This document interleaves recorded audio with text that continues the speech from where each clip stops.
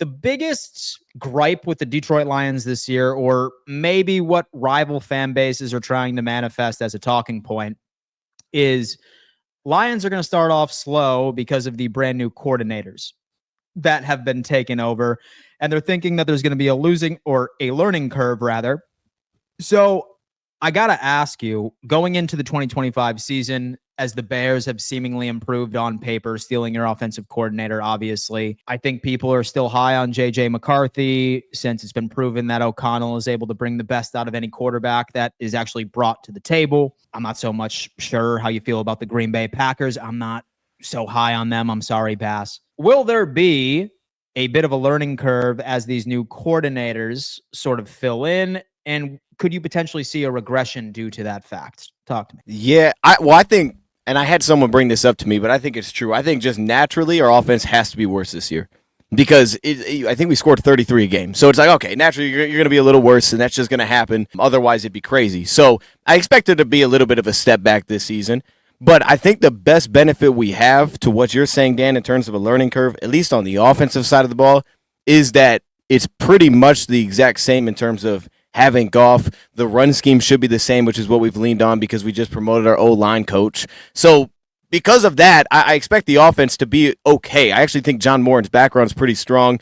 Richie would have maybe some comments on that with the Jets. He was their OC for a minute. So I'm actually pretty confident with him. I think the biggest thing is going to be the balancing act of John Moran typically likes to push the ball deep down the field, and having his own wrinkle of how he does it is going to be the key there. But I expect him to lean heavily on the backs. I mean, I think the key, bigger than John Morton, because I think a lot of people don't even know who this guy is, people know who Stanford's coach was for the longest time. That's now coming in. He's working as our pass game coordinator, David Shaw. And people know that name, right? I think it's more of the assistants that we've brought around in their kind of style. And I think they're going to lean a lot heavier into making it look different than Ben. They'll have their own unique style of like, oh, there's a lot of two running backs going on. This looks a little bit different. But defensively, that's actually I don't want to say I'm concerned, but that's where I wonder the most because it should be the same. It's like, hey, you're just promoting a guy from within. The linebacker coach becomes the DC. That should be the same. But I just wonder, it's like, where is Kelvin Shepard going to pick up? Is he kind of going to have to go through his own struggles like I thought Glenn did early and figure it out and be like, oh, that didn't work against him. We tried the wrong thing there.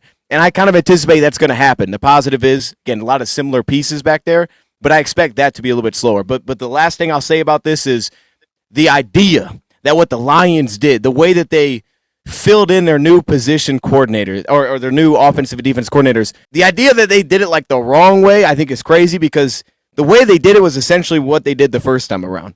I mean, Dan Campbell hired a guy that he was familiar with that had never been a DC before that worked as a positional coach to become the defense coordinator in Glenn. That's what he did with Kelvin Shepard this time around. And the offensive coordinator, Ben Johnson, was from within. Ben Johnson was an in-house promotion that was a tight end coach that was here before that became the offensive coordinator. So I think the path that we've taken is very similar, but yeah, I expect it to be a little bit worse on the offensive side. So you would assume that since both of these guys are disciples from the previous coordinators, you would think that something has rubbed off on them.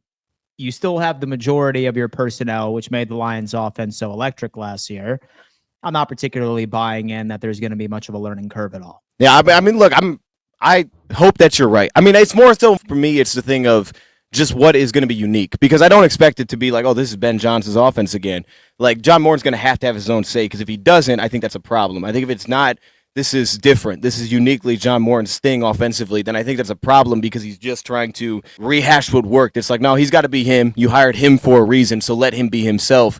But I think overall, to what you're saying, Dan, is the structure of how you go about it, knowing that we still want to be heavy run, we still want to be heavy man, we still want to blitz a lot. I don't think that structure is going to change very much because I think that whole identity is Dan Campbell's identity. The nuances is the coordinators. And so what do you got on that, TD? And so your expectations for the Lions this year while saying goodbye to Ben Johnson and Aaron Glenn? 2 wins. No, in all seriousness, the Lions, they're going to be all right.